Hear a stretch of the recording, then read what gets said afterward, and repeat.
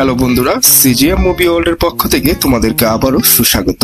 আজকে আমি আরো একটি নতুন কোরিয়ান ছবির গল্প নিয়ে হাজির হয়েছি। আজকে আমি যে গল্পটি তোমাদের সাথে শেয়ার করতে যাচ্ছি সেটি হলো একটি অবৈধ অভিবাসীকে নিয়ে, যে তার নিজ জন্মভূমি ছেড়ে অন্য একটি দেশে পালিয়ে যায় বেঁচে থাকার জন্য। আর তাকে বেঁচে থাকার জন্য প্রতিটা দিনই লড়াই করে যেতে হয়, প্রতিটা দিনই যেতে হয় সংগ্রামের মধ্য দিয়ে। আর শেষ পর্যন্ত সে কি টিকে থাকতে পেরেছিল কিনা আমরা জানতে পারবো ছবিটি শেষে। তাহলে চলো আর দেরি না করে ছবির গল্পটি জেনে আসা যাক। গল্পের শুরুতেই দেখা যায় এরোপ্লেনের ভেতর একজন লোক তিনজন যাত্রীর কাছে এসে বলে, বেলজিয়ামের এয়ারপোর্টে নামার পর ইমিগ্রেশন অফিসার তোমাদেরকে যেভাবে যা করতে বলবে সেভাবেই করবে। তোমাদেরকে যদি সে কিছু প্রশ্ন করে তাহলে সরাসরি বলবে আই ডোন্ট স্পিক ফ্রেঞ্চ। তাদের মধ্যে একজন অ্যাসাইলাম সিক করবার জন্য অ্যাসাইলাম অফিসে যায়। সেখানে যাবার পর তাকে একটি ফর্ম ফিল আপ করতে দেওয়া হয়। সেখানে সে তার নাম লেখে লো কিয়ান। আর সে এসেছে চায়না থেকে, কিন্তু সে ফ্রেঞ্চ জানে না। তাই সে একজন অফিসারের কাছে হেল্প চাইতে গেলে তাকে বলে যে আমি ফ্রেঞ্চ ল্যাঙ্গুয়েজ জানি না, আমাকে কি কোনোভাবে আপনি সহযোগিতা করতে পারে? তখন সে অফিসার তাকে বলে যে আমাদের এখানে দুভাষী আছে একজন, যে তোমাকে তোমার মাতৃভাষায় সহযোগিতা করতে পারবে। তুমি একটু অপেক্ষা করো, তাকে আমরা জানাচ্ছি আমার ব্যাপারে। কিছুক্ষণ পরই একজন চাইনিজ দুভাষী এসে তাকে বলে তুমি খুব ভাগ্যবান যে তুমি আমার অ্যাপয়েন্টমেন্ট পেয়ে গেছো, না হলে তোমাকে অনেকদিন পর্যন্ত অপেক্ষা করতে হতো আমার সাথে কথা বলার জন্য। তাহলে চলো আমরা রিফিউজি অফিসারের কাছে যাই। সে রিফিউজি অফিসার তাকে জিজ্ঞাসা করলো যে তুমি কোরিয়া থেকে চায়না কিভাবে গেলে, আর চায়না থেকেই বা কিভাবে তুমি বেলজিয়ামে আসলে, আর তোমাকে কে টাকা দিল? লুকিয়ান বলে যে তার মা চায়নাতে কাজ করত, আর সেই সুবাদেই সে কোরিয়া থেকে তার মায়ের সাথে সে যোগদান করে। তার মাই আসলে এখানে আসার সমস্ত খরচ যোগান দিয়েছে। সে একটা চাকরি করত, তারও কিছু টাকা জমানো ছিল তার কাছে, আর তার মা বাকি টাকাটা দিয়েছিল এখানে আসার জন্য। মোট কথা আমার মাই সমস্ত খরচ বহন করেছে। তারা তাকে বলেছে ঠিক আছে, আগামী বছর ফেব্রুয়ারি মাসে তোমাকে আমরা অ্যাপয়েন্টমেন্ট দিলাম পরবর্তী ঘোষণার জন্য, তোমার সাথে তখনই আমরা পরবর্তী বিষয়ে কথা বলবো। আগামী বছর ফেব্রুয়ারিতে তার আবার তাদের সাথে দেখা করতে হবে বলে সে একদম হতাশ হয়ে পড়ে। সে দুভাষী অফিসারকে বলে যে আমি একটা বছর কি করব, আমার তো কোনো জায়গা নেই যাওয়ার, আর আমি এই ভাষাও জানি না, কিভাবে আমি মানুষের সাথে কথা বলবো, আর কেই বা আমাকে কাজ দেবে, আমি কি করবো এখন? তারা বলে আমাদের কিছু করার নেই, তোমাকে টিকে থাকতে হবে, তোমাকে এখানে লড়াই করতে হবে, তাহলে দেখা হবে আগামী বছর ফেব্রুয়ারি মাস। লুকিয়ানকে এই বলে তারা বিদায় দেয়।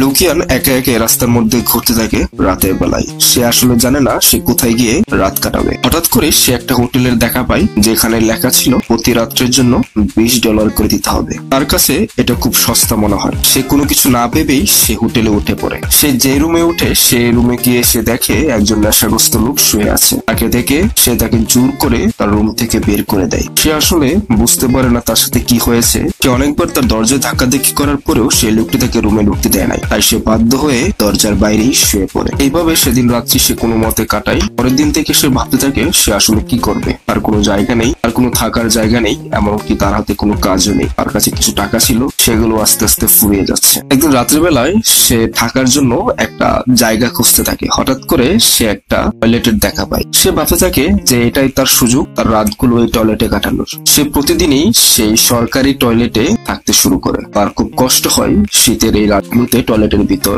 একা একা থাকে। সে কোনো রকমে কয়েকটা দিন এই টয়লেটে কাটায়। কিন্তু দিনের বেলা সে কি করবে? তাই সে দিনের বেলায় ডাস্টবিন থেকে খাবার কুড়িয়ে খায়, আর রিসাইকেল বোতলগুলো নিয়ে পাশের একটি শপিং মলে নিয়ে বিক্রি করে। তারা তাকে যে টাকা দেয় সে টাকা দিয়ে সে খাবার কিনে খায়। এভাবে তার দিনগুলো কেটে যাচ্ছে। হঠাৎ করে সে রাতের বেলায় সেই টয়লেটে গিয়ে দেখে যে টয়লেটটি সিল কালার করা হয়েছে, আপাতত টয়লেটটি কেউ ব্যবহার করতে পারবে না। এই সাইনবোর্ড দেখার পর লুকিয়ান একেবারেই বিমর্ষ হয়ে পড়ে। তার আসলেই কোনো জায়গা নেই এখন যাবার। সে কি করবে না করবে এইভাবে এই শীতের রাতের মধ্যে একটি পার্কে গিয়ে হাজির হয়। সে দেখে কেউ একজন পার্কের মধ্যে আগুন জ্বালিয়ে বসে আগুন ফোয়াচ্ছে। সেও তার সাথে যোগদান করে। হঠাৎই কিছু বকাটে ছেলে এসে তাকে বলে তুই কোথা থেকে এসেছিস এখানে, তুই এখান থেকে চলে যা, আমরা এই আগুন জ্বালিয়েছি, আমরা এটা ব্যবহার করব। লুকিয়ান আসলে তাদেরকে বোঝাতে চেষ্টা করে যে আমি আসলে জাস্ট এখানে আগুন ফোয়ানোর জন্য এসেছি, অন্য কিছু না। কিন্তু তারা তার কোনো কথা শুনে না। তারা তাকে মারতে শুরু করে এবং তাদের মধ্যে একজন লুকিয়ানের পায়ের জুতা খুলে পাশে এক ল্যাক ছিল সে ল্যাকে ফেলে দেয়।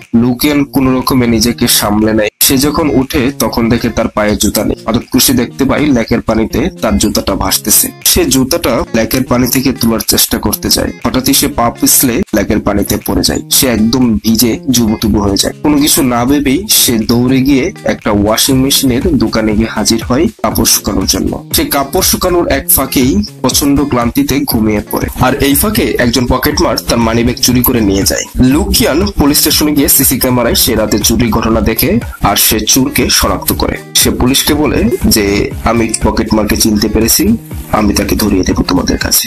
যখনই সে পুলিশ স্টেশন থেকে বেরোতে যাবে তখনই দেখে একটি মেয়ে পুলিশ অফিসারের সাথে কথা বলতেছে। আর সে চিনে ফেলে যে সেই মেয়েটি আসলে তার পকেট মেরেছিল। সে মেয়েটিকে জিজ্ঞাসা করে, আমার মানিব্যাগটি কোথায়? তুমি আমার মানিব্যাগটা চুরি করেছো, তুমি আমার মানিব্যাগটা দিয়ে দাও। ওখানে কিছু টাকা ছিল, এগুলো আমার খুব কষ্টের টাকা, তোমাকে সেটা দিতে হবে আমাকে। মেয়েটি প্রথমে অস্বীকার যায় যে সে মানিব্যাগটি চুরি করে নাই আর সে ব্যাপারে কোনো কিছু জানে না। কিন্তু লুকিয়ান তাকে বলতে থাকে যে আমি সিসি ক্যামেরায় দেখেছি তুমি আমার মানিব্যাগটা চুরি করেছো, আর মিথ্যা কথা বলে লাভ নেই, তুমি আমার মানিব্যাগটা ফেরত দাও। মেয়েটি বলে, আমি তোমাকে কেন মানিব্যাগটা ফেরত দেবো? লুকিয়ান বলে, কারণ ওখানে যে টাকা আছে এই টাকাগুলো আমার মায়ের মৃত লাশ হাসপাতালে বিক্রি করে আমি এনেছি। তখন মেয়েটি একটু অবাক বিস্ময়ে তার দিকে তাকায়। সে তাকে বলে, আমরা নর্থ কোরিয়া থেকে পালিয়ে চায়নাতে এসেছিলাম কাজের সন্ধানে। আমার মা অনেক কষ্ট করে হোটেলে কাজ করত, আর আমার আঙ্কেল সবাইকে বলতো যে আমি এখানে লেখাপড়া করার জন্য এসেছি, আমি এখানে বৈধ। কিন্তু হঠাৎ করে একদিন পুলিশের কাছে আমরা ধরা পড়ে যাই যে আমরা এখানে অবৈধ। তখন তারা আমাদেরকে ধাওয়া করতে থাকে, আর ধাওয়ার এক মুহূর্তেই আমার মাকে একটি গাড়ি চাপা দেয়। তখন আমার মা আমার আঙ্কেলকে বলে যে আমি মরে যাওয়ার পর আমার লাশটি হাসপাতালে বিক্রি করে দিও, আর যে টাকা পাবে সে টাকা লুকিয়ানকে দিয়ে দিও, আর তাকে বলো যেন এই দেশ থেকে চলে সে অন্য দেশে চলে যায়। তাকে বলো তাকে টিকে থাকতে হবে, তাকে বেঁচে থাকতে হবে আমার জন্য। আর এই সেই কষ্টের টাকা যা তুমি চুরি করেছো, তো দয়া করে আমার টাকাগুলো তুমি দিয়ে দাও। মেয়েটি বলে, আমার কাছে মানিব্যাগটা নেই, আর আমি জানি না টাকাগুলো এখন কোথায় আছে। লুকিয়ান খুব হতাশ হয়ে পড়ে এই কথা শোনার পর। সে যখন চলে যাবে ঠিক সেই মুহূর্তে মেয়েটি বলে, আমি তোমাকে সহযোগিতা করতে পারি, তুমি যদি আমাকে সহযোগিতা করো তাহলে আমি তোমাকে তোমার মানিব্যাগটা ফেরত দেবো। তবে তার জন্য তোমাকে একটা মিথ্যা কথা বলতে হবে পুলিশের কাছে। তোমাকে বলতে হবে যে আমি তোমার মানিব্যাগ থেকে মাত্র $30 নিয়েছি। লুকিয়ান বলে, তুমি চুরি করেছো আমার কাছ থেকে, আর আমি তোমার জন্য মিথ্যা কথা বলবো পুলিশের কাছে? কোনোভাবেই সম্ভব নয়। তখন মেয়েটি বলে, তুমি যদি মিথ্যা কথা না বলো তাহলে আমাকে তারা জেলে ভরে দেবে, আর আমি মাত্র $30 জন্য জেলে যেতে চাই না। লুকিয়ান বলে, জেলই আসলে তোমার জায়গা। তখন মেয়েটি তাকে আবার বলে যে আমি যদি জেলে চলে যাই তাহলে তোমার মানিব্যাগ তুমি কিভাবে ফেরত পাবে? তাই তুমি যদি আমাকে সাহায্য করো আমি তোমার মানিব্যাগ তোমাকে ফেরত দিতে পারি। লুকিয়ান বাধ্য হয়ে পুলিশের কাছে বলে যে সে আসলে মাত্র $30 হারিয়েছে, এর বেশি নয়। পুলিশ তার কথা বিশ্বাস করে সে মেয়েটিকে ছেড়ে দেয়। যখনই পুলিশ স্টেশন থেকে বেরোতে যাবে তখন মেয়েটিকে সে বলে যে আমিও তোমার সাথে যাব, তোমাকে আমি বিশ্বাস করতে চাই না কারণ তুমি একটা চোর, সুতরাং তুমি যেখানে যাবে আমি তোমার সাথে সেখানে যাব, আর তোমার কাছ থেকে আমি মানিব্যাগটা ফেরত নেব। মেয়েটি বলে, তুমি আমাকে ফলো করা বন্ধ করো, আমি তোমার মানিব্যাগ এনে দিব।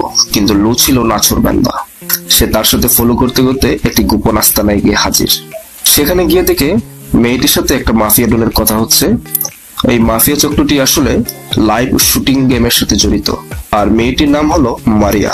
সে একজন ট্রেন্ড শুটার, সে বিভিন্ন সময় শুটিং গেমে অংশগ্রহণ করে, আর সেখান থেকে সে মাফিয়া চক্রটা টাকা ইনকাম করে। মেয়েটি আসলে সেই মাফিয়া চক্র থেকে অনেকগুলো টাকা ধার নিয়েছে, তাই সে বাধ্য হয়ে এই চুরিটা করেছিল কিছু ধার শোধ করার জন্য। সে তখন সেই মাফিয়া লিডারকে বলে, তোমাকে আমি একটা মানিব্যাগ দিয়েছিলাম কিছুদিন আগে, তুমি আমাকে সেই মানিব্যাগটা ফেরত দাও। তখন সে মাফিয়া ডন বলে, তোমাকে আমি মানিব্যাগটা ফেরত দিতে পারি একটা শর্তে, আগামী সপ্তাহে আমাদের একটা নতুন শুটিং গেম আছে, তোমাকে সেখানে অংশগ্রহণ করতে হবে। যদি তুমি জয়লাভ করো তাহলে তুমি তোমার মানিব্যাগ পাবে। এই কথা বলে তারা মারিয়াকে আস্তানা থেকে বের করে দেয়। মারিয়া যখন সে আস্তানা থেকে বের হয় লু তাকে জিজ্ঞাসা করে, আমার মানিব্যাগ কোথায়, তুমি কি সেটা পেয়েছো? তখন মারিয়া তাকে বলে যে তোমার মানিব্যাগটা তুমি আগামী সপ্তাহে পাবে, আমি তোমাকে কথা দিলাম তোমার মানিব্যাগ আমি তোমাকে ফেরত দেব। এই কথা শোনার পর লু প্রচন্ড রেগে যায়। সে দৌড়ে গিয়ে সে আস্তানায় ঢুকে পড়ে এবং সেই মাফিয়া ডনকে বলে যে আমার মানিব্যাগটা তোমাদের কাছে, তোমরা সেটা ফেরত দাও, এটা আমার। তখন তারা আসলে তাকে মারতে শুরু করে।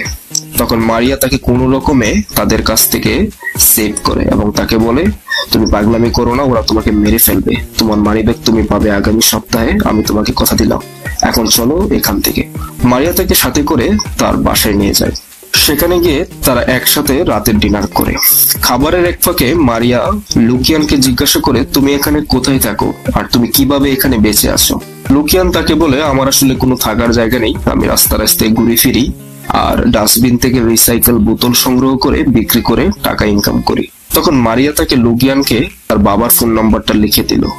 সে বলল, এই লোকটি তোমাকে সহযোগিতা করতে পারে, তুমি তার সাথে যোগাযোগ করো, সে তোমাকে একটা কাজের ব্যবস্থা করে দেবে। যেই কথা সেই কাজ, লুকিয়ান সে নাম্বারে যোগাযোগ করে। একদিন সকালবেলা তাকে একজন লোক একটা শূকরের মাংসের ফ্যাক্টরিতে নিয়ে যায়। তাকে বলে, এখানে তুমি কাউকে বলবে না যে তুমি নর্থ কোরিয়ান থেকে এসেছো, তুমি বলবে তুমি একজন চাইনিজ কোরিয়ান। আর এখানে সঞ্জু নামের একজন মেয়ে আছে যে একজন চাইনিজ কোরিয়ান, সে তোমাকে সব ব্যাপারে সহযোগিতা করবে, তুমি কোনো টেনশন করো না, তুমি কাজ করতে থাকো এই ফ্যাক্টরিতে। কিন্তু হঠাৎ করে একদিন কাজের ফাঁকে লুকিয়ানের কলিগরা তাকে একটি ফ্রিজিং রুমে বন্দি করে রাখে। লুকিয়ান ভয়ে ঘাবড়ে যায়, সে চিৎকার করতে থাকে, দরজায় ধাক্কাধাক্কি করতে থাকে তাকে রুম থেকে বের হওয়ার জন্য। তখন সঞ্জু তাকে রুম থেকে বের করে আনে। সে তাকে বলে, এখানে তোমাকে টিকে থাকতে হলে সবার সাথে ফাইট করতে হবে, আর তুমি যেহেতু নতুন, তোমার সাথে অনেকেই মজা করতে পারে, তুমি ভয় পেও না, তুমি এইগুলো নিয়ে কোনো চিন্তা করো না, প্রতিদিনই এই ধরনের ঘটনা ঘটবে, তুমি জাস্ট ইগনোর করে যেও। এদিকে মারিয়া তার লাইভ শুটিং গেমে অংশগ্রহণ করে। প্রথমে তার মনোযোগ একেবারে আসতেছিল না, কারণ তার মায়ের মৃত্যুর কথা বারবার মনে পড়তেছিল। সে যখন ট্রেনিং এ ব্যস্ত ছিল তখন তার মা মারা যায়। কিন্তু হঠাৎ করেই সে একদিন জানতে পারে যে তার মা আসলে স্বেচ্ছায় মৃত্যুবরণ করে, কারণ তার মার ক্যান্সার হয়েছিল। তার মা ক্যান্সারের সাথে আর মোকাবেলা করতে পারতেছিল না, তাই সে ডাক্তারের কাছে রিকোয়েস্ট করে তাকে যেন স্বেচ্ছায় মৃত্যুবরণ করার সুযোগ দেওয়া হয়। তখন ডাক্তাররা তাকে স্বেচ্ছায় মৃত্যুবরণ করতে দেয়। এই নিয়ে মারিয়ার সাথে মারিয়ার বাবার ভুল বোঝাবুঝি তৈরি হয়। মারিয়া মনে করে তার বাবাই আসলে তার মাকে হত্যা করেছে আর এই ব্যাপারটা তার কাছে গোপন রেখেছে। তাই সে তার বাবাকে ত্যাগ করে বাবার সবকিছু ছেড়ে সে একা থাকতে শুরু করে আর এই মাফিয়া চক্রের সাথে সে জড়িয়ে পড়ে। মারিয়ার বস বুঝতে পারে যে কিছু একটা হয়েছে আজকে মারিয়ার, তাই সে মারিয়াকে ড্রাগস ইনজেক্ট করে। সাথে সাথে মারিয়া চনমনে হয়ে যায় আর শেষ পর্যন্ত সে লড়াইয়ে মারিয়াই জয়লাভ করে, যার ফলে সে মাফিয়া ডনের অনেক টাকা লাভ হয়। যেহেতু তার মাফিয়া লিডার তাকে বলেছিল, তুমি যদি এই গেমে জয়লাভ করো তাহলে আমি তোমার মানি ব্যাগ ফেরত দেব, তাই সে তাকে তার মানি ব্যাগ ফেরত দেয়। ওয়াদা মাফিক মারিয়া সে মানি ব্যাগ নিয়ে লুকিয়ানের সাথে দেখা করতে যায়।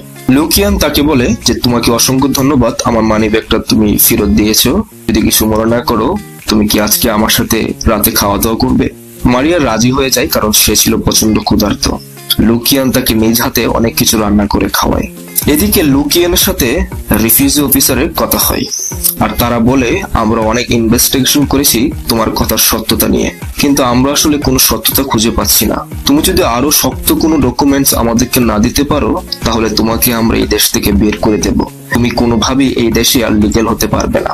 এই কথা শুনে লুকিয়ান খুব হতাশ হয়ে পড়ে, কারণ সে যাই জানতো সব সত্যি কথা তাদেরকে বলেছে, কিন্তু তারা আসলে কোনোভাবেই বিশ্বাস করতে পারতেছে না।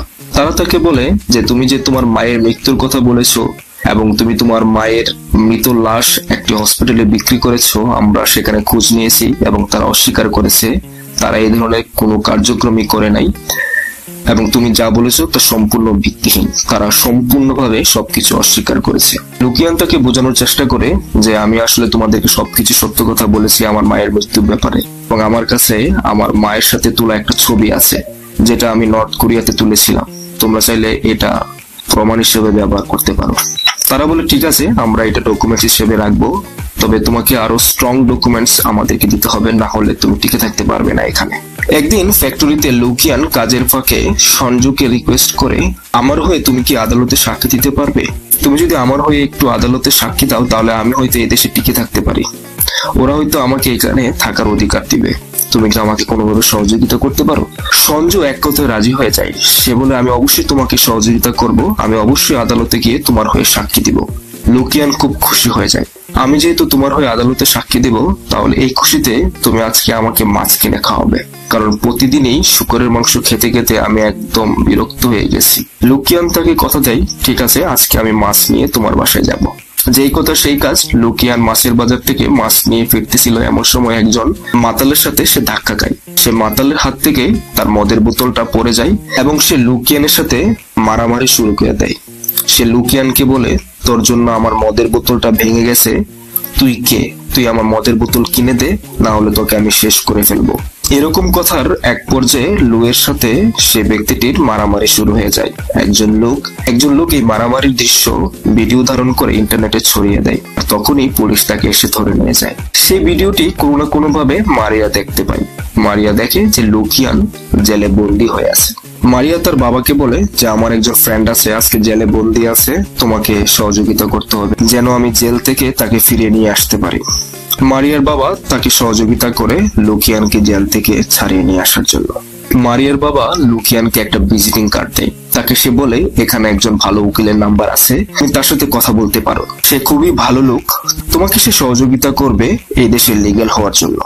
মারিয়ার বাবা তাকে আরো বলে যে আমার জন্য কেন মনে হচ্ছে তুমি আমার মেয়ের জন্য একটা যন্ত্রণা হয়ে দাঁড়িয়েছো, তাই আমি তোমাকে সতর্ক করে দিচ্ছি তুমি আমার মেয়ের পিছু নেওয়া বন্ধ করো। নেক্সট টাইম যদি আমি তোমাকে আমার মেয়ের আশেপাশে দেখি তাহলে তোমার খবর আছে, এই বলে তাকে শাসিয়ে দেয়। লুকিয়ান বলে আপনার মেয়ের ব্যাপারে আমার বিন্দুমাত্র কোনো আকর্ষণ নেই, আমি জাস্ট এই দেশে কোনো না কোনো ভাবে সার্ভাইভ করতে চাই, আমি আপনার মেয়েকে কোনোভাবেই আর বিরক্ত করবো না। তারপর দেখা যায় লুকিয়ানের কোর্টে সাক্ষী গ্রহণ শুরু হয়। তারা সঞ্জু এবং ফ্যাক্টরি সুপারভাইজারকে ডেকে আনে তার ব্যাপারে সাক্ষী প্রদান করার জন্য। লুকিয়ানকে অবাক করে দিয়ে সঞ্জু এবং তার সুপারভাইজার দুজনেই তার ব্যাপারে মিথ্যা সাক্ষ্য দেয়। তারা বলে যে লুকিয়ান আসলে তাদের সাথে মিথ্যা কথা বলেছে। লুকিয়ান বলেছিল যে সে নর্থ কোরিয়ান, কিন্তু আসলে সে নর্থ কোরিয়ান নয়, সে একজন চাইনিজ কোরিয়ান। সে চায়না থেকে এদেশে পালিয়ে এসেছে এবং এই দেশে থাকার জন্য সে তাদের সাথে মিথ্যা কথা বলেছে যে সে নর্থ কোরিয়া থেকে এসেছে। আর সে আসলে তার নিজের নামের ব্যাপারেও তাদের সাথে মিথ্যা কথা বলছে, আর তার মায়ের ব্যাপারে সে যা বলছে এগুলো সব আসলে বানোয়াট।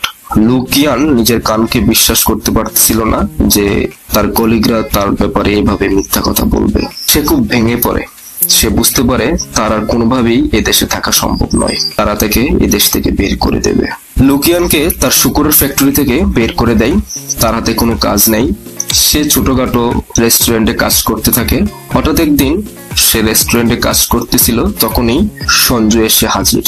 সে তাকে বলে আমি তোমার কাছে ক্ষমা চাইতে এসেছি, আমি আসলে সেদিন বাধ্য হয়েই তোমার ব্যাপারে মিথ্যে কথা বলছিলাম, কারণ রিফিউজি অফিস থেকে একজন অফিসার এসে আমাদেরকে বলে যদি আমরা জানতে পারি যে লুকিয়ান একটা ফেক, সে আমাদেরকে মিথ্যা কাগজপত্র দিছে, আর তোমরা যদি তার হয়ে কোনো সাক্ষী দাও তাহলে আমি তোমাদেরকে এখান থেকে বের করে দেব, তোমাদের প্রতিষ্ঠানকে আমরা সিলগালা করে দেব, যদি তোমরা বাঁচতে চাও তাহলে ঠিকঠাক উত্তর দিবে আদালতে। তারা আসলে ভয় পেয়ে গেছিল, তারা এই ভয়ে তার ব্যাপারে মিথ্যা সাক্ষ্য দিছে, কিন্তু সে আসলে বুঝতে পারছে যেটা ঠিক হয় নাই, তাই তার কাছে সে ক্ষমা চাইতে আইছে।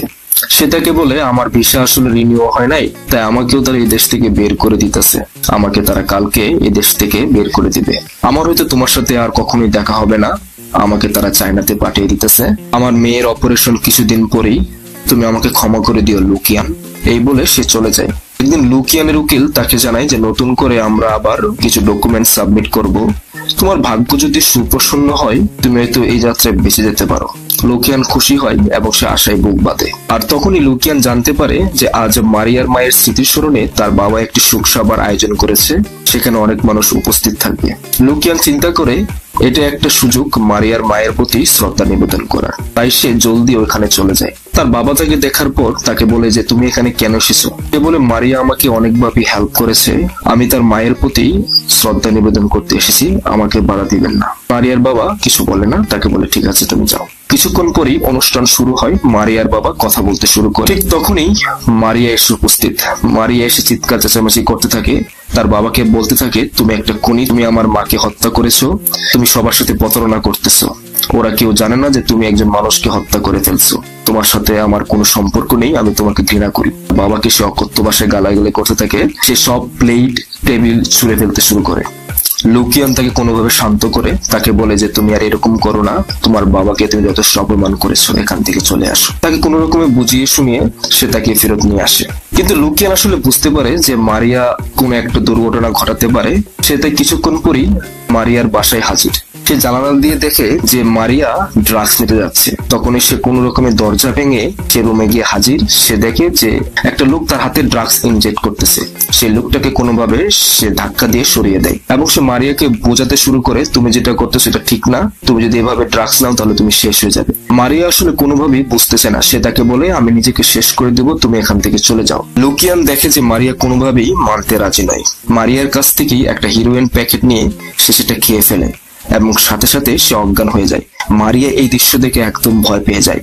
সে পাশের রুম থেকে একটা অ্যান্টিডোট এনে সে লুকিয়ানকে অনেক কষ্ট করে সুস্থ করে তোলে। লুকিয়ানের যখন জ্ঞান ফিরে তখন সে তাকে বলে, তুমি যদি আর কখনো ড্রাগস নেবার চেষ্টা করো তাহলে আমিও ড্রাগস নেব তোমার মতো করে, আর আমিও নিজেকে শেষ করে দেব। তখন আসলে তারা বুঝতে পারে যে তারা দুজন দুজনকে ভালোবেসে ফেলেছে।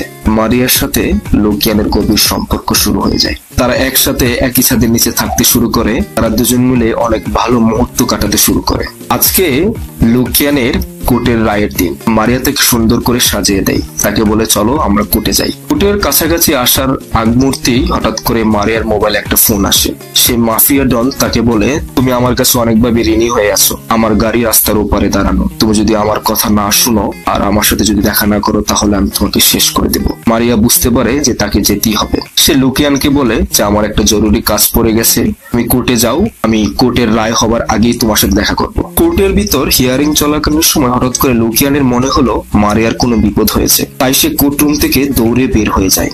এদিকে মারিয়াকে নিয়ে দুই মাফিয়া লিডারের মধ্যে দর কষাকষি শুরু হয়। এক মাফিয়া লিডার বলে যে তুমি আমার কাছে মারিয়াকে বিক্রি করে দাও, মারিয়ার অনেক ট্যালেন্ট আছে, আমি তোমাকে অনেক টাকা দেবো মারিয়া, তুমি আমার সাথে চলে এসো, অনেক টাকা ইনকাম করতে পারবে। কথা কাটাকাটির এক পর্যায়ে মারিয়ার বস সেই লিডারকে খুন করে ফেলে।